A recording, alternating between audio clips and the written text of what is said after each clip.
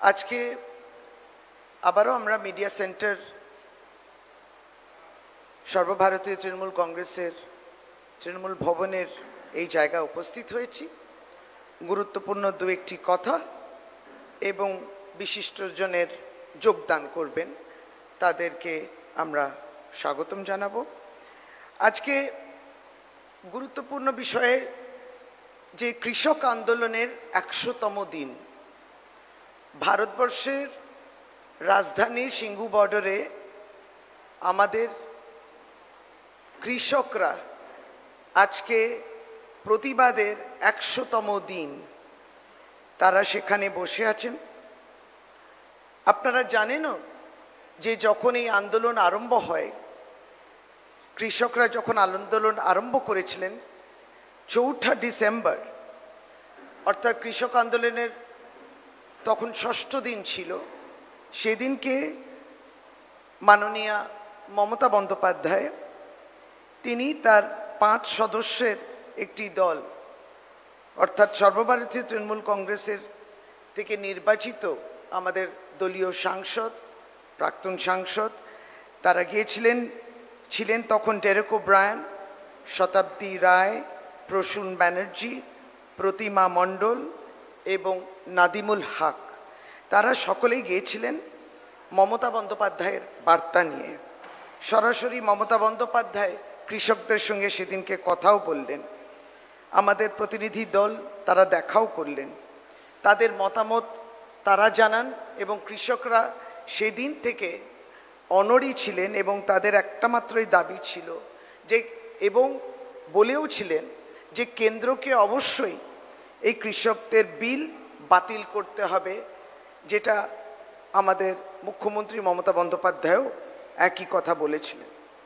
খুবই দুর্ভাগ্যজনক যে আমাদের সকলকে, এই দেশের নাগরিকদের যারা খেতে দেন সেই কৃষকরা এখন এই আন্দোলনের সময় না খেয়ে রয়েছেন, প্রতিবাদ করছেন।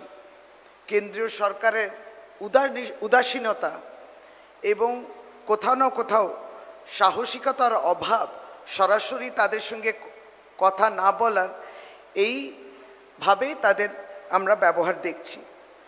আবার তার সাথে সাথে মনে পড়ে যে ঠিক 14 বছর আগে সিঙ্গুরের কৃষকদের ন্যায় বিচারের স্বার্থে এবং সেই দাবিতে মাননীয়া দলের সভানেত্রী তখন এবং এখন বর্তমানে আমাদেরও মুখ্যমন্ত্রী সকলেরই জোর করে এই জমি অধিগ্রহণের বিরুদ্ধে তিনি সেই ঐতিহাসিক ২৬ দিনের অনশন শুরু করেন। এবং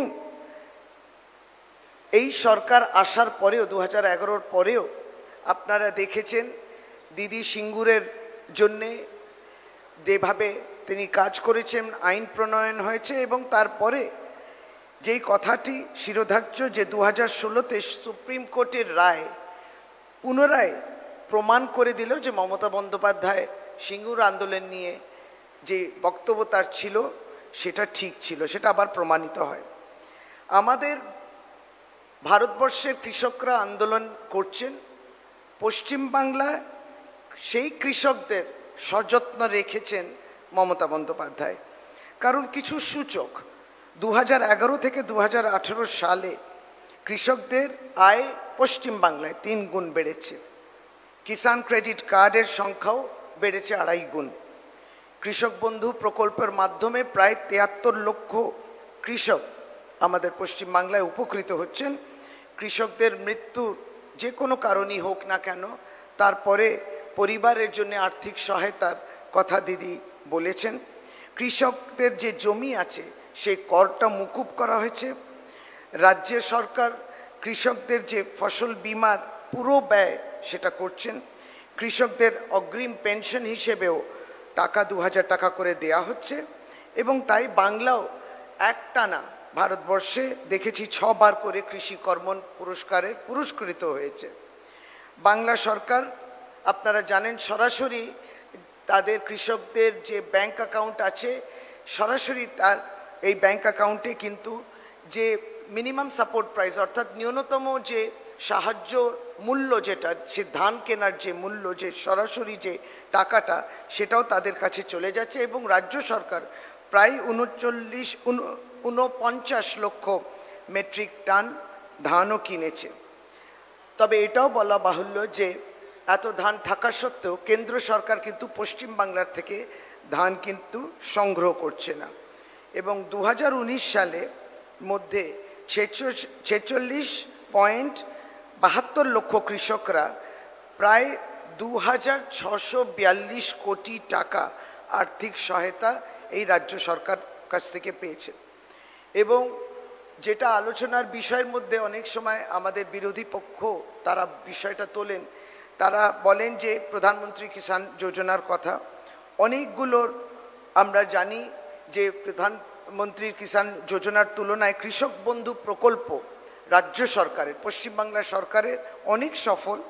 এবং সবচেয়ে বেশি বড় কথা যে সুবিধে যেটা বার্ষিকী 6000 টাকা পাচ্ছেন কৃষকরা কৃষক বন্ধুর মাধ্যমে 1 একর প্রতি। আর প্রধানমন্ত্রী কিষাণ যোজনার মাধ্যমে তারা কিন্তু আসলে ক্যালকুলেশন, যেহেতু ওরা হেক্টর দেখিয়েছে, কিন্তু ওইটা যদি 1 একর প্রতি আমরা দেখি তাহলে মাত্র 1214 টাকা তারা বার্ষিকে পেয়েছেন। এটা একদম যদি বলতে গেলে আরও অনেক সময় অনেকগুলো বিষয় যার মধ্যে কৃষক বন্ধু খুব সুপিরিয়র প্রধানমন্ত্রী কিষাণ যোজনার সঙ্গে। কিন্তু উল্লেখযোগ্য যে একর পিছু প্রধানমন্ত্রী কিষাণ যোজনার মাধ্যমে মাত্র কৃষকরা পাচ্ছেন 1214 টাকা, সেখানে কৃষক বন্ধুর মাধ্যমে রাজ্যে কৃষকরা পাচ্ছেন 6000 টাকা।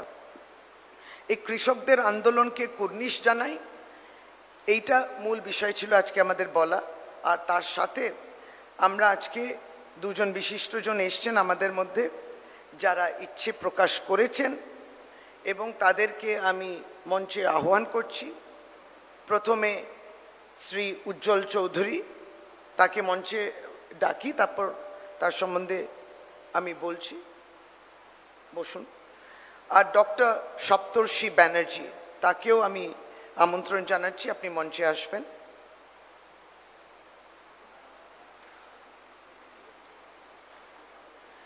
আবারও সর্বভারতীয় তৃণমূল কংগ্রেসে আপনারা দেখছেন যে যোগদান করছেন বিভিন্ন পেশা, বিভিন্ন কাজ সঙ্গে যুক্ত পশ্চিমবাংলায় মানুষ, তারা মমতা বন্দ্যোপাধ্যায়ের দলে যোগদান করছেন। আমার ডান দিকে বসে আছেন উজ্জ্বল চৌধুরী মহাশয়, যিনি মালদা ম্যাঙ্গো মার্চেন্টস অ্যাসোসিয়েশনের সাধারণ সম্পাদক। এবং এটাও বলা বাহুল্য 2011 থেকে 2013 তিনি কিন্তু সেই জেলার সভাধিপতি ছিলেন। আর তারপরে এখনও বর্তমানে কিন্তু তিনি জেলা পরিষদের অত্যন্ত দক্ষ সদস্য তিনি আছেন। সুতরাং উজ্জ্বলবাবু উপস্থিতি এবং যোগদান, আমরা আবারও বলি যে মানুষ উজ্জ্বল চৌধুরী আমাদের সামনে থাকলেও তার সঙ্গে অসংখ্য সদস্যরা যারা ম্যাঙ্গো মার্চেন্টস, এই আমের ব্যবসার সঙ্গে যুক্ত, এই অ্যাসোসিয়েশনে যুক্ত, তারা প্রত্যেকে কিন্তু তার সঙ্গে উপস্থিত হচ্ছেন এবং যোগদান করছেন তৃণমূল কংগ্রেসে। আমার বাঁদিকে ডক্টর সপ্তর্ষি ব্যানার্জি, একটি অত্যন্ত বিশিষ্টজন, তিনি একজন আই স্পেশালিস্ট, চক্ষু বিশেষজ্ঞ, এবং তিনি থাকেন বসিরহাটে। সেখানে তিনি মানুষের সেবাও করেন। তিনি পশ্চিমবাংলা বসিরহাটেই কিন্তু পড়াশোনাও করেছেন, কলকাতা মেডিকেল কলেজে তিনি কাজও করেছেন, থাকেনও বসিরহাটে। রেড ক্রস সোসাইটি মতো একটা বিশেষ সংগঠন, স্বেচ্ছাসেবী সংগঠনের সঙ্গে তিনি যুক্ত। দুজনেই আজকে আমরা পাচ্ছি একজন ডাক্তারকে, একজন ব্যবসায়ীকে, অবশ্য তিনি জেলা পরিষদের মেম্বার। দুজনেই আজকে যোগদান করেছেন মমতা বন্দ্যোপাধ্যায় সর্বভারতীয় তৃণমূল কংগ্রেসের সভানেত্রীর ডাকে, এবং তারা স্বতঃস্ফূর্তভাবে এগিয়ে তৃণমূল কংগ্রেসের জন্যে কাজ করতে চান। আমরা সত্যি আনন্দিত, আপ্লুত, এবং আপনাদের সঙ্গে আপনার অনুগামীদেরও আমরা স্বাগতম জানাই। তাই ফর্মাল জয়নিং ইনটা আজকে আমরা তাদের হাতে দলীয় পতাকা তুলে আজকে আপনাদের সামনে, আপনারা ঠিক সেইভাবে ছবিটাও নিয়ে নেবেন। আমরা ধন্যবাদ জানাই দুজনকে।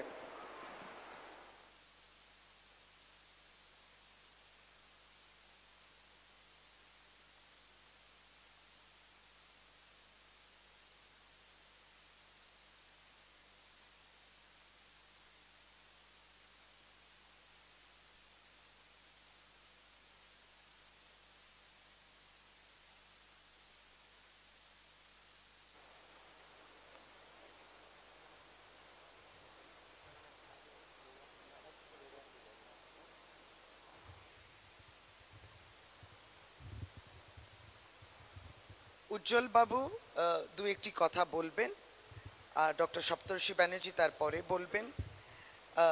আমরা একসঙ্গেই স্লোগানটাও দিয়ে দিচ্ছি।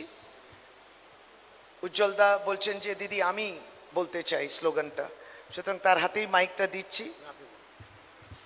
তৃণমূল কংগ্রেস জিন্দাবাদ, জিন্দাবাদ জিন্দাবাদ। মা মাটি মানুষ জিন্দাবাদ, জিন্দাবাদ জিন্দাবাদ। মমতা ব্যানার্জি জিন্দাবাদ। জিন্দাবাদ জিন্দাবাদ। ধন্যবাদ।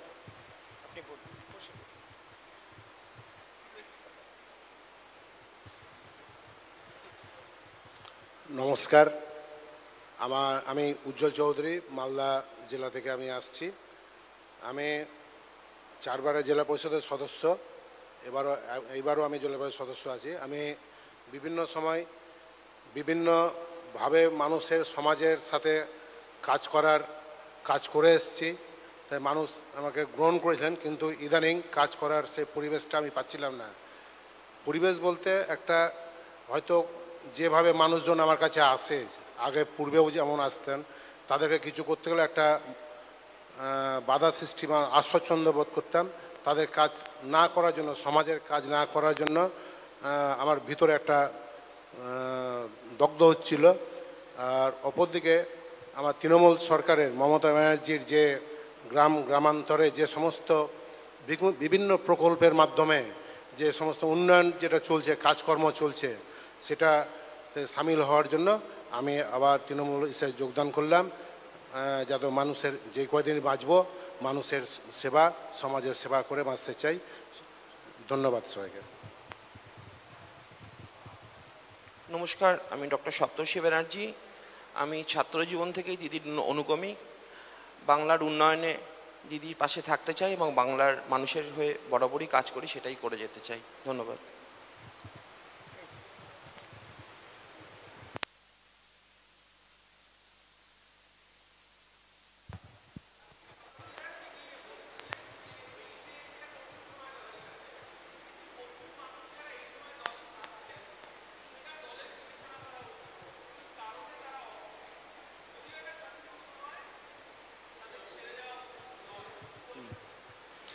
আমি এটাই বলবো যে এই মুহূর্তে ইলেকশন ঘোষণা হয়েছে এবং আমরা সকলেই প্রস্তুতি, যেটা 10 বছর ধরে যে কাজটা হচ্ছে সেই প্রস্তুতি নিয়ে আমরা মাঠে ময়দানে লড়ছি। একটি বৃহত্তর বড় পরিবার তৃণমূল কংগ্রেসে, এর আগেও বলেছি, বট গাছ দু একটি পাতা নড়াচড়া করতে পারে, এটা ঠিক। এবং আমরা মনে করি দিদির লিডারশিপে, দিদির যেভাবে মমতাময়ী, এবং তিনি সমস্ত কথা শোনেন, অনুধাবন করেন এবং দলীয় সদস্যদেরও কথা শোনেন। ব্যক্তিগতভাবে শতাব্দী দি, তার এটা মনে হয়েছে কোনো সময় তারও একটু ক্ষোভ ছিল, তিনি তার ক্ষোভের কথাও বলেছিলেন। এখন তিনি সুন্দরভাবে কাজও করছেন। একটা বড় পরিবারে এটা হতেই পারে, আমার মনে হয় এটা খুবই স্বাভাবিক। এবং আমরা এই মুহূর্তে শক্তপোক্তভাবে আত্মবিশ্বাসী হয়ে কিন্তু এই নির্বাচনে এগিয়ে যাচ্ছি। আর কোনো রকমে পিছু দেখার কোনো সুযোগ নেই।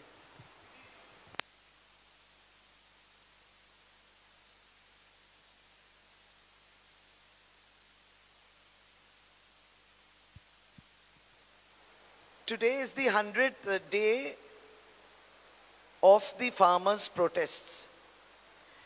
As you understand, that the farmers are protesting in the Delhi border. the farmers of India, the rice providers of India, the wheat providers of India, the maize providers of India, they are protesting, and it is very unfortunate that their protests are not being handled properly by the central government. We are here to say that on 4th of December, under the leadership of Mamata Banerjee and on her direction, 5 members of All India Trinamool Congress visited the farmers and Mamata Banerjee spoke to them. The members include Derek O'Brien, Shatabdi Rai, Prashun Banerjee, Pratima Mandal, Nadimul Haq. And Mamata Banerjee spoke directly to the farmers and she assured her total support. Still now, she has assured her support, full-hearted support. She has encouraged them because she believes that this is against the farmers, and she stands by their demand too, that these bills should be totally recalled. Hence, we would say that we stand by the farmers, and we always reflect on what happened in Singur 10 years back when Didi, in fact, you remember that as an opposition leader, she was the person who first stepped in, stood by the farmers of Singur, where forcibly their land was being acquired against their desires and wishes. So that history we will never forget. And in fact, Didi, since then, when she had done the 26-day agitation and 26-day fasting, after that, when Didi came to power, we have also seen that we have stood by Singur with the introduction of the law. And after that, this was endorsed, and I would say even Supreme Court's decision in 2016 was, it really endorsed the fact that yes, the revolution was so much justified. So I just need to correct once that it was 14 years back, and the Singur Andolan.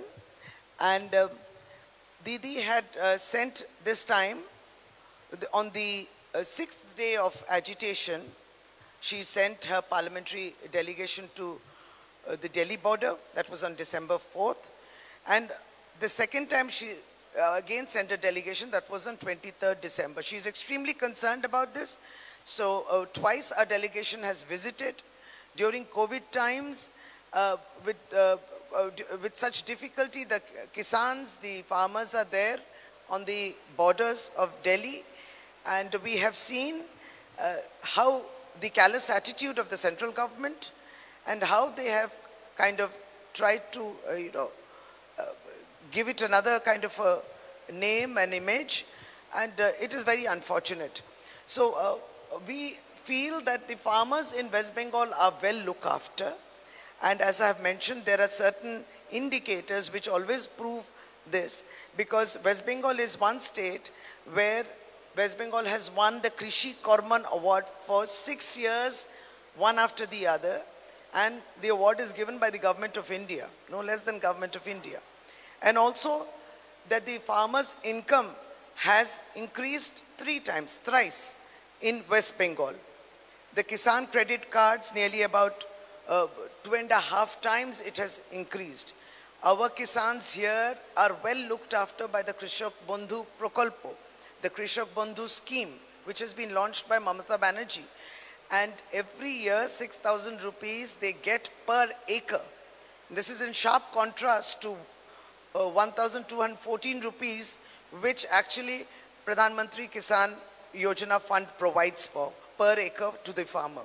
So that is also, the success story behind our Krishak Bandhu scheme, and also we would say the Fasal Bima, the insurance is also looked after by the West Bengal government. We also provide 2,000 rupees as a pension to the Kisan.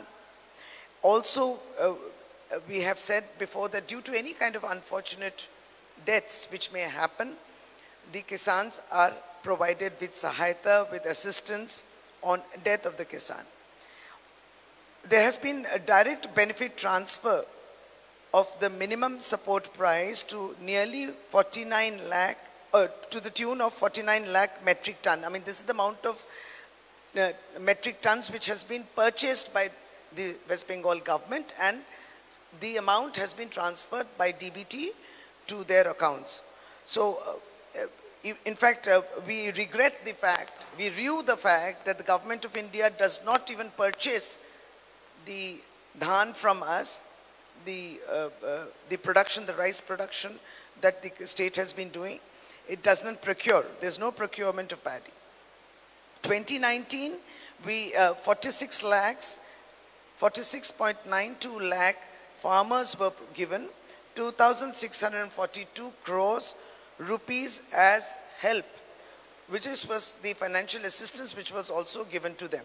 So these are very important figures which repeatedly re-emphasize the fact that Mamata Banerjee has stood by farmers when she was with the Singur Andolan 14 years back, and also during her tenure as Chief Minister, she has looked after the Kisan, and she also stands by the farmers' demands, the farmers who are demanding in this Delhi border. She supports their demands full-heartedly. Thank you.